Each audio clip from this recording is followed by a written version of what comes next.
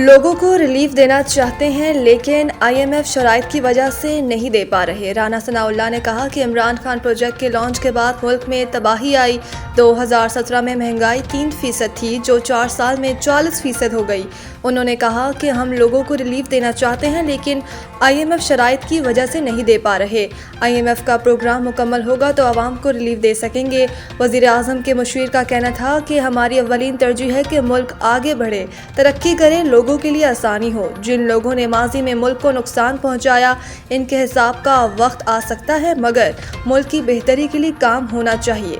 ان لوگوں کا حساب بعد میں بھی ہو سکتا ہے۔ رانا ثناء اللہ نے مزید کہا، ہری پور ضمنی الیکشن میں کامیابی پر خوشی بھی ہوئی اور حیرانی بھی۔ وزیر اعلیٰ KP ہری پور میں مہم چلا رہے تھے، دھمکیاں بھی دے رہے تھے۔ جھوٹے مقدمات، گالم گلوچ، نفرت جیسی معلومات کا نتیجہ بہتر نہیں نکلتا۔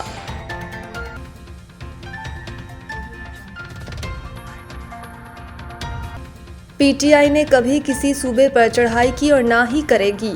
بیرسٹر گوہر پشاور میں جلسے سے خطاب کرتے ہوئے کہا، بیرسٹر گوہر کا کہنا تھا کہ ہری پور الیکشن میں ایک بار پھر ہمیں مایوس کیا گیا، ساتھ ہی واضح کیا کہ ہم اپنی جدوجہد جاری رکھیں گے۔ وزیر اعلیٰ خیبر پختونخوا سہیل افریدی کا کہنا تھا کہ کچھ لوگ چاہتے ہیں کہ ملک میں آئین و قانون کی بالادستی نہ ہو، ہم پرامن رہیں گے لیکن اپنا حق کسی کو کھانے نہیں دیں گے۔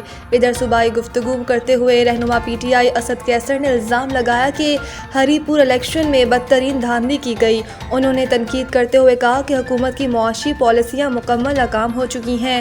بے روزگاری کی شرح 7.1% تک پہنچ گئی ہے۔ انہوں نے IMF کے بیان کا حوالہ دیتے ہوئے کہا کہ 3 برسوں میں 5300 ارب روپے کی کرپشن ہوئی۔ مطالبہ کیا کہ نیب اس کرپشن کی آزادانہ تحقیقات کرائے۔ پشاور گیس لائن دھماکہ، متبادل لائن سے محدود پیمانے پر گیس سپلائی شروع، اوقات کار جاری۔ ڈپٹی کمشنر ثناء اللہ کے مطابق 24 انچ کی لائن پشاور، مردان اور سوات تک گیس پہنچانے کا اہم ذریعہ ہے۔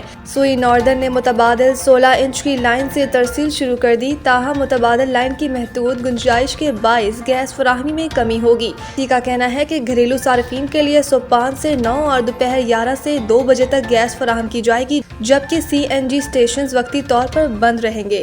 دوسری جانب GM سوئی ناردرن وقاص شنواری نے کہا کہ گیس پائپ لائن کا دھماکہ غالب امکان ہے کہ دہشت گردی ہے۔ لیکیج کے باعث پائپ لائن میں آگ نہیں لگتی۔ واضح رہے کہ حسن خیل میں گزشتہ رات گیس پائپ لائن پھٹنے کا واقعہ پیش آیا، جس کے باعث KP کے مختلف شہروں کو گیس کی فراہمی متاثر ہوئی۔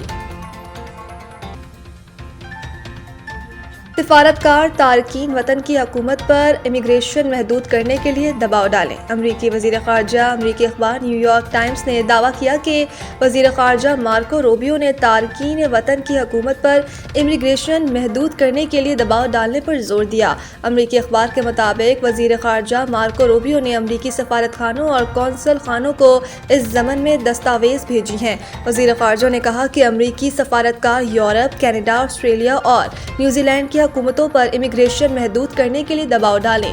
مارکو روبیو نے سفارتکاروں سے کہا کہ وہ تارکین وطن کی جانب سے کی جانے والی مجرمانہ کارروائیوں کے اثرات کو واضح کریں تاکہ ان پر پابندی عائد کی جا سکے۔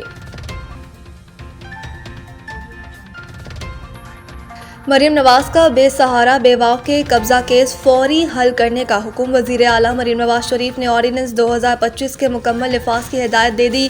جائیدادوں پر ناجائز قبضے کے خلاف ہر دن کی مانیٹرنگ ہوگی۔ وزیر اعلیٰ مریم نواز شریف کو روزانہ رپورٹ پیش کی جائے گی۔ تمام اضلاع کے ڈپٹی کمشنر روزانہ DRC اجلاس کریں گے۔ وزیر اعلیٰ مریم نواز خود مانیٹرنگ کریں گی۔ پنجاب میں ناجائز قبضے کے خلاف فوری حکومتی اقدامات کی اطلاع عوام تک پہنچانے کے لیے مساجد میں اعلانات کیے جائیں گے۔ وزیر اعلیٰ پنجاب مریم نواز نے ہر تحصیل میں اسسٹنٹ کمشنر آفس میں بھی قبضے کے بارے میں درخواستیں وصول کرنے کی ہدایت کی۔ گجرات، لیا، حافظ آباد اور دیگر اضلاع میں قبضے کے جلد فیصلے نہ ہونے پر ناپسندیدگی کا اظہار کیا۔ مریم نواز کا کہنا ہے کہ ناجائز قبضہ کیس کے جلد حل سے عوام کو فوری ریلیف دینا چاہتے ہیں۔ تمام ڈپٹی کمشنر ناجائز قبضہ کیس پر روزانہ اجلاس کریں، خود مانیٹر کروں گی۔